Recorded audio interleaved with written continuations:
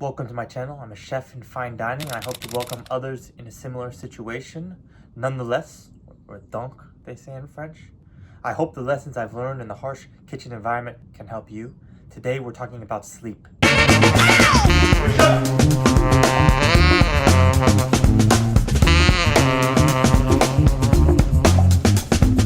Naturally, as this is a chef channel, I'm going to give you the tips that work for me. Here was my job schedule, and here's how I only slept for 6 hours. I would wake up at maybe 5:20 in the morning, go clock in at 6 in the morning, work until 2:30, leave 2:30, go to 3 o'clock and clock in at my second job, and then finish around 9 to 10:30, depending on how busy it was. This allowed me, with transportation, to only sleep for around 6 hours.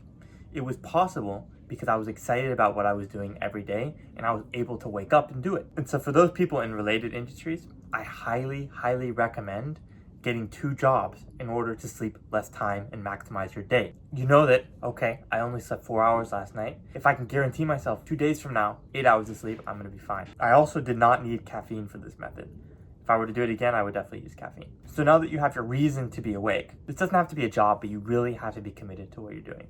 Now you're gonna know starting is the hardest part of this. And I recommend to be on a 5-day schedule and then 2-day off schedule, where the 5 days you control yourself to have 6 hours of sleep, and the 2 you give yourself freedom to naturally sleep if you need to. Sometimes it'll be 10 hours you sleep or 8 hours on your days off. It all depends on the person. Within my 2 jobs, I worked 8 hours of pastry and 8 hours on the hotline cooking. Because I was interested in learning the totality of the cuisine, I was always having an active moment between everything that I did. This allowed me to stay focused, and even when I was tired, persevere. And I was a little romantic back then too. Like, I would see the stock bubbling in the morning and the aromas, and it made me emotional. So judge me if you will.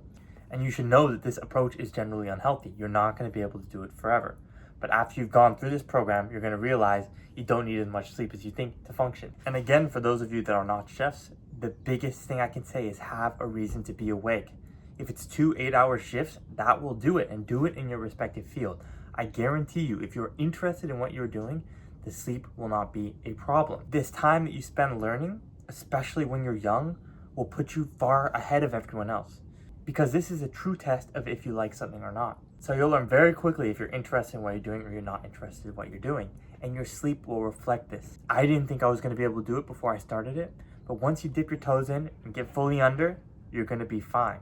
But you really have to enjoy what you're doing during the time you spend awake. Another benefit of this is if you go for the 2 8-hour shifts, you're gonna save and make a lot of money because you don't have any time to spend it, and you make 2 salaries essentially. And then this next part is more for the chefs. I highly recommend doing pastry and savory.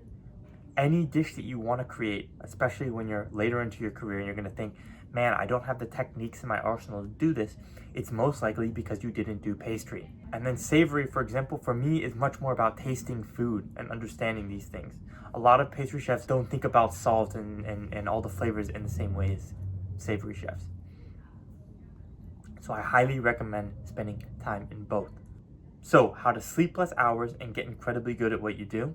You're going to want to occupy your day with things that are interesting to you. You're going to want to try to get 2 jobs, and you can be slightly incentivized to save money during this time. And since you stayed to the very end, I'm going to give you the deep, secret, esoteric nap strategy. Okay? Did you catch that? And the best part of this nap is that it doesn't give you midday depression, and you can just kind of glide straight through it, okay?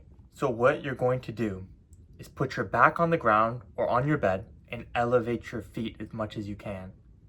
Set a timer for 25 minutes. If you're tired, dude, this thing just gets you going again. It's like you slept 6 hours or something.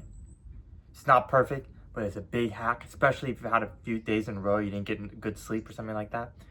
Oh man, it just gets you going again. 25 minutes though. You don't want it to be too long. You don't want it to be too short. In between my shifts sometime, if I got cut earlier, if I could go home a little early, I would do that. Thank you for watching. Let me know what you want me to cover next. Keep it real out there, chefs, okay? What do you got in mind?